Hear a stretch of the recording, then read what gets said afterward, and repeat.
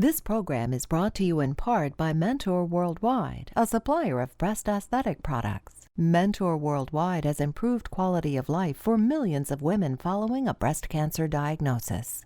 Mentor, make life more beautiful. Support also provided by Marta Weeks-Wolf. Once the adrenaline kicks in, you are off. Your heart's pumping and it's like, ah. I can pull a little bit more. I'll get to the end. It's euphoric. And I don't stop until I hear, let it ride.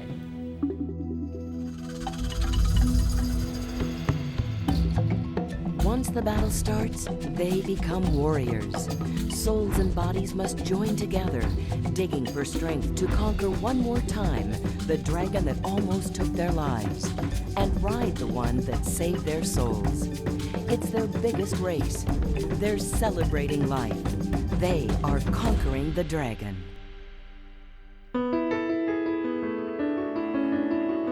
They are beating breast cancer. Now they're facing a new and exciting challenge, preparing for their biggest race ever.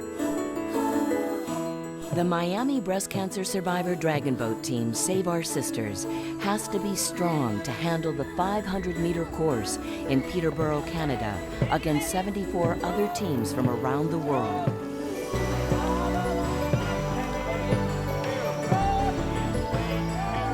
This is the first time that we're going to go outside of the United States to compete, and that's a huge thing. I mean, 2,000 breast cancer survivors, in teams. We've never been up against this many breast cancer survivor teams in the past. So it's really exciting for us. Canada's going to be a spectacular event, and I really want to challenge myself to get really fit and strong for it, and also for my sisters. SOS trains twice a week on Biscayne Bay. They know how important race strategy is. Strong starts, a steady race pace, and a solid finish. So we practice the starts because they're very important. They say you lose the start, you lose the race. If you don't get ahead at least by an inch or less in your start, you're not going to win the race. Bury the paddle, bury it. So it's important to know what cadence you're going to do, how the count goes, and that's why we practice that every time. Reach it out!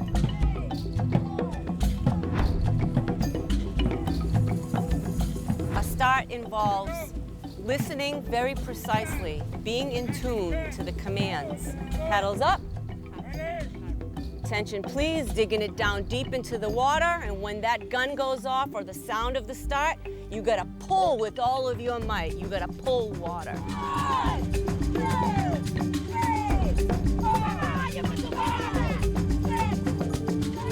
We pull with the whole body, and that's where the power comes in.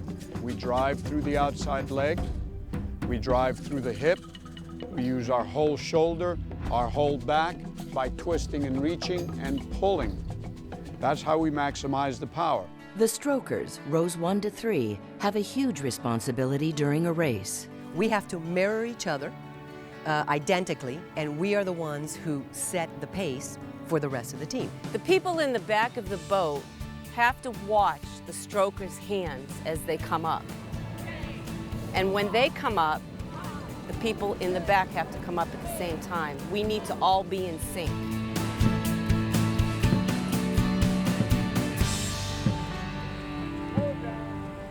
Victoria Jackson is one of the team's strokers. While still in her 20s, she already knew she had to be alert for breast cancer. With my family history of having a mother that passed away at 56, my sister passing away at 36, that I had a good chance of getting breast cancer. So I educated myself and I stayed informed. I chose not to live with fear. I didn't need to feel like I had to get cancer. But it did prepare me when I did find this lump along the way. She found the lump while in the first week of walking in the 500-mile Way of St. James pilgrimage in Spain. Far from home and family, what went through her mind in making such a discovery? I went through a lot of different emotions. In the beginning, anger, screaming, yelling. I went through the feeling of fear, so many emotions that you go through when you hear those horrible words, but it wasn't confirmed that I had cancer yet. So when I finally got to Santiago, there's a huge cathedral there, and I just got on my knees and I said, it's yours. I gave it all to God, and I really feel that I was carried through the whole thing. I think that the worst part of having cancer is those 3 words, it is cancer. That's the worst. Then the hell is deciding what to do. Returning home, her suspicion was confirmed. She had stage 2 breast cancer. Victoria chose to follow a course of a double mastectomy, alternative medicine, and changes in lifestyle and diet, not to mention lots of prayer. I have no doubt in my mind that I made the right choices, and if I ever have to take this journey again, I will never ask myself, oh, did I make the right choice then? I have no doubt in my mind. Surviving 6 years, cancer-free, feeling strong, it's wonderful. Once the race starts, these paddlers need to dig deep to endure the remaining distance to the finish line. Once we get into our race pace, you try to stay steady. Reach it, timing. Watch that inside hand, don't drop that in your lap. The strokes are long and they're deep and they're consistent. You feel like your body is just gonna break, that you just can't go on another second, but you have to keep that pace all the way to the finish. We train hard on the endurance so that you can do the short race. Like I tell the ladies, training is infinitely more difficult than races will ever be. In fact, their races are shorter than practice sprints. They're building aerobic and anaerobic conditioning. And that's true for Sandra Durham, who is still waging a battle against the most advanced stage of breast cancer. Shortly after joining SOS, she proved to be a courageous and talented paddler. I'm living proof that stage 4 is not something that you should just give up and die. With the attitude of a warrior, she competed in the Battle of the Bay in the Florida Keys, experiencing the triumph of her very first race. Oh my heavens, it is wonderful. You have more courage than you ever knew. You realize that you have done something that no one thought you would. You've accomplished it. You actually raced in a race. It doesn't matter if you win or lose. That part of it comes later. What's important is that you did it.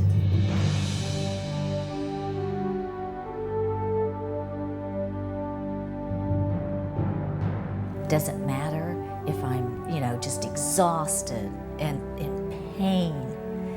I crossed it. I'm there. Yeah. Also racing for the first time in the Keys is Marilyn Greenfield. 65 years old and with no experience in dragon boating, she accepted the coach's difficult challenge to become the boat steer. The race and marathon was really exciting. I was very nervous as it was my first race that I steered in. Marilyn's got the boat, it's her boat. You listen to her, she's in training. The only way she's gonna learn is if you obey everything she says. I was really surprised when the coach asked me to be a steerer. I was just learning how to paddle. Never mind steering, I don't even know if I knew what the word was. All those hands, attention! Steering a 4,000-pound boat with 20 sisters requires a confident command. Safety, unity, efficiency, and trust are all in the hands of one woman. And standing in the back of the boat, I get to see them as a unit, as paddling as one, is the greatest feeling that I've ever had. And off the boat, they celebrate their bonding, always looking forward to their next race. I'm a newbie to this sport. I've been going to practice every Saturday morning. I can't wait to go to my first race. Even though Kim Chi-Fung has never experienced a dragon boat race, she knows about battling breast cancer. I found a lump in a shower by accident one day. I was 33 then. I didn't think that a young person would get cancer, being Asian as well. Fortunately, she didn't waste any time and quickly sought answers. Well, I was very shocked to find out that it was cancers, and at first I didn't know what to do. It was very, very scary news for me. She was diagnosed with stage 1 infiltrating breast cancer and underwent a lumpectomy followed by chemo and radiation. We used to think that breast cancer was a disease of the postmenopausal woman. Now we're seeing breast cancer in younger and younger women. No one is too young to get breast cancer. My cancer was stage 1, and because I'm so young, the cancer was very aggressive. It's grade 3. And hold your breath now and don't breathe. I still have to do my yearly mammogram, and I encourage any women that 40 or older should do her yearly mammogram as well. Breathe normally. I think early detection is very important, and I think that thanks to women's groups, that more people are aware that women should get their mammograms after the age of 40 once a year. Zoraida Nolasco's own experience as a medical doctor, as well as a breast cancer survivor, has led her to assist the underprivileged community and foster the team's primary mission to provide mammograms for women who cannot afford them. In my practice, I teach my clients how to do their self-breast exam because it's the first part in the prevention for breast cancer. Zoraida's battle started 7 years ago. After treatment for an early stage of breast cancer, she thought she was cured. However, last year, she was diagnosed with the worst stage of breast cancer. And I had that surprise of having metastases in 3 parts of my body. Then I didn't expect that. I was told that I was cured from cancer. Despite her struggle with facing 3 major surgeries, chemo and radiation, she never wavered in her faith. I could say that breast cancer changed my life in a positive way. Although there are better early detection methods and more effective treatments that inhibit tumor cell growth against even the most advanced and aggressive breast cancers, the incidence has been gradually rising. 1 out of 8 women will get breast cancer in her lifetime. We can change some of our eating habits. We can lower the fat that's in our diet. Women who eat more fat have higher estrogen levels, and that leads to a higher risk of breast cancer. Exercising just 4 hours a week can considerably help to lower the risk of breast cancer or a recurrence. I think this is where our Save Our Sisters has really helped us. We get women back to exercising, they lose weight, they feel like they're empowered, they're back to normal, and they're helping their arms by reducing the risk for lymphedema. Lymphedema is a painful swelling of the arm and chest area that can occur after breast cancer surgery and lymph node dissection. I'm very proud of myself, you know, even though I'm young, but every time I'm out there on the boat, I feel like a veteran survivor. I love paddling, I love being in the water with the sisters. I love everything about it because you feel something inside that make you continue and keep going and enjoying what you do. Reach it! Come on, you can do this! Reach it now! Get pretty! And this is where we try to get them excited and tell them you're either ahead or you can do this, and try to get them to bring up something that they didn't know they had. The excitement of knowing that the race is almost over. It's painful. You give it all you've got. And it's our strength, corporately, together, that pulls us to the finish line. And it's a wonderful thing. It's a wonderful feeling. With their mental and physical toughness, these breast cancer paddlers have what it takes to get to the finish line. Frequent absences from the boat as a result of surgeries is part and parcel of being a breast cancer survivor. Sylvia Caviglia knows this all too well. Unfortunately, I will not be able to go to Canada. It was a very, very tough choice. But hopefully my teammates will be out there, and I know that they're going to make me proud. I want to stay. Yeah, I'm operating on Sylvia today to do a later stage of her breast reconstruction. Since she's going in anyway for other surgery that's medically necessary, I'm going to take the opportunity to change a few things and make her reconstruction even better. I'm feeling well. I'm feeling very strong. I am looking forward not to have any more surgeries, just live normally, hopefully never having to think about this ever again. Dragon boating is never a piece of cake, but once a week when the team is on their own, the spirit of an SOS practice really heats up. We love our coach, but on Wednesday nights, we do everything ourselves. It's very exciting because we take the boat out of the boathouse. We have our own steers person. We have our own practice manager that calls the commands and works with us, and she's the one that prepares us. We have an amen! Attention, please! Go! Keeping in sync, twisting their bodies, going deeper in the water, reaching for longer and more powerful strokes, the team is ready for their biggest race ever.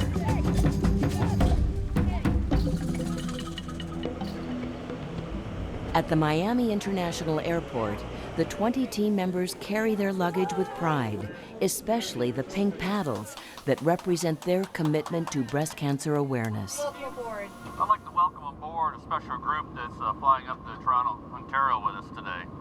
They're the Save Our Sisters group, SOS, which is the only breast cancer survival dragon boat team in South Florida. Paddles up for their team and good luck in their races.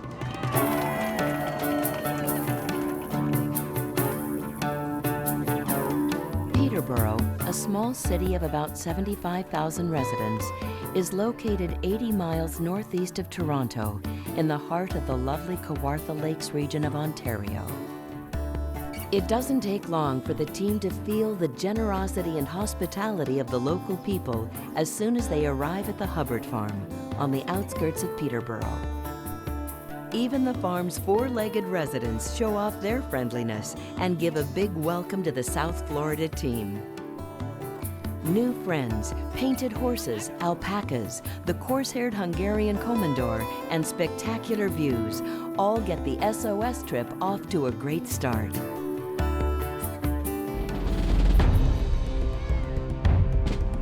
Little Lake is a jewel in downtown Peterborough, and today is alive with teams tuning up their strategies for the 2010 International Dragon Boat Festival for Breast Cancer Survivors. We're very proud to be hosting 2,000 breast cancer survivors on Little Lake here in Peterborough. We've worked very hard on this. I'm proud of all my volunteers, all my committee. So paddles up, let's get going. The spirit of the festival grows as teams get to meet their international competitors.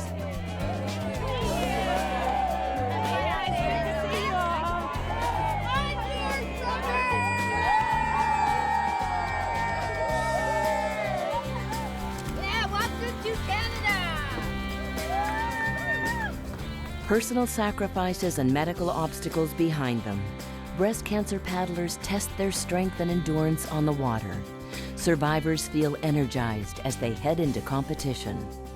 Dragon boating is an extremely popular sport down under. In fact, the last All Breast Cancer Festival was in Caloundra, Australia 3 years ago.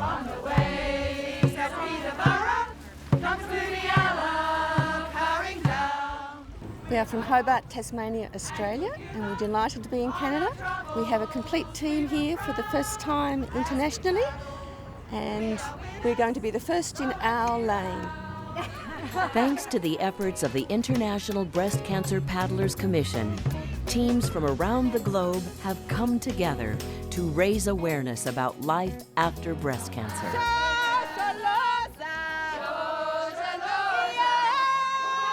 Celebrating life and the joy of being together, the 75 breast cancer dragon boat teams thrill George Street, singing from their hearts.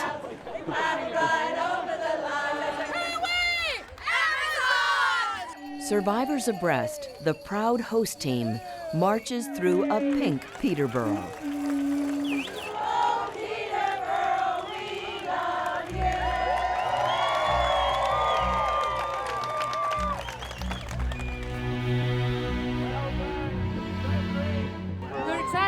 go. Strokers are ready! Rain doesn't stop the 2,000 competitors from encouraging all those living with breast cancer around the world to continue to live full and active lives. The spirit is something fantastic. To be in a boat all together and to paddle together against the same goal, to forget all your problems, is something that is unbelievable.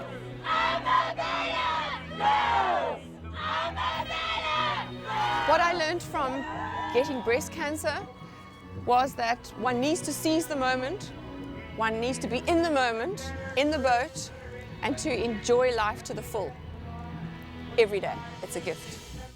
Sheila Blair is one of the original team members of A Breast in a Boat, who has passed on the tradition to more than 200 breast cancer survivor teams worldwide.